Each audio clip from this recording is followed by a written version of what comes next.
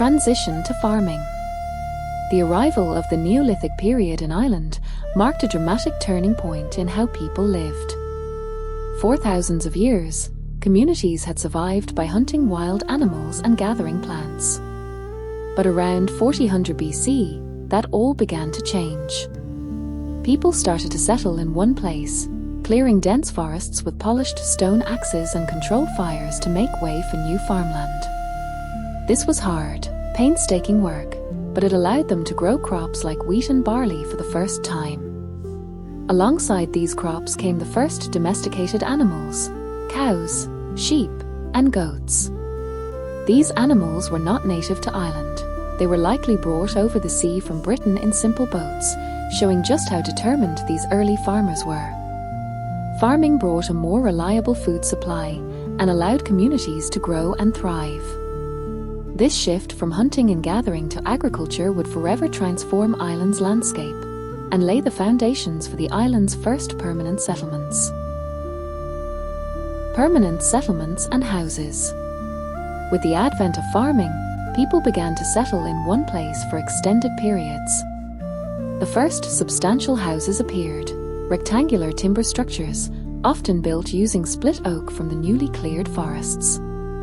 Archaeologists have discovered over 80 Neolithic house sites across Ireland, some as individual homes, others in small clusters or larger groups, hinting at varied community sizes.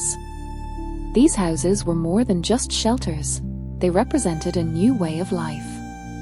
Settled communities could store food, raise animals, and develop a sense of place, laying the foundations for future villages and towns.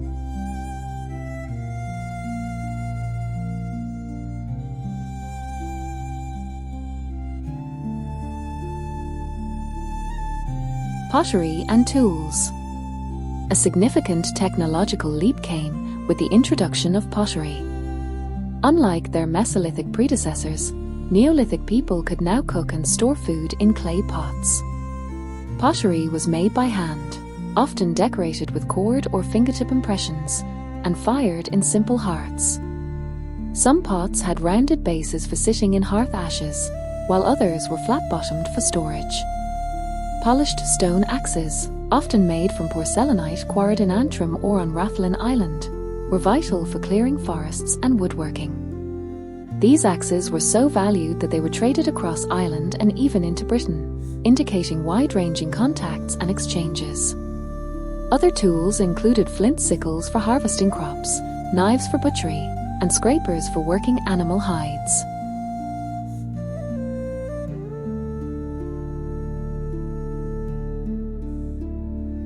Megalithic monuments, Ireland's stone legacy.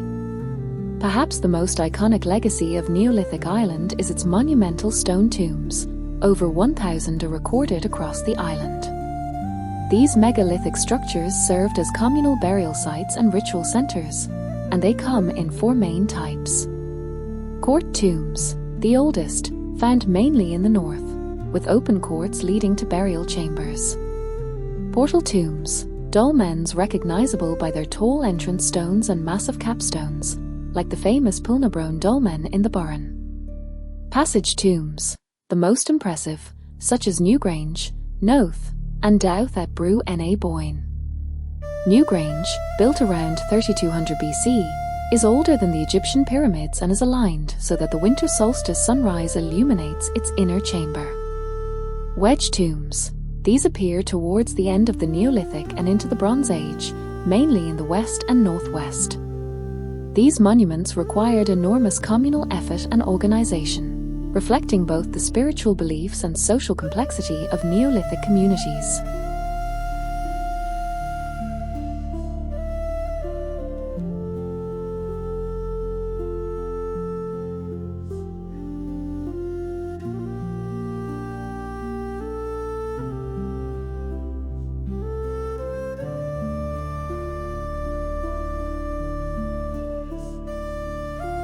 On the landscape. The Neolithic transformation was not just social but environmental.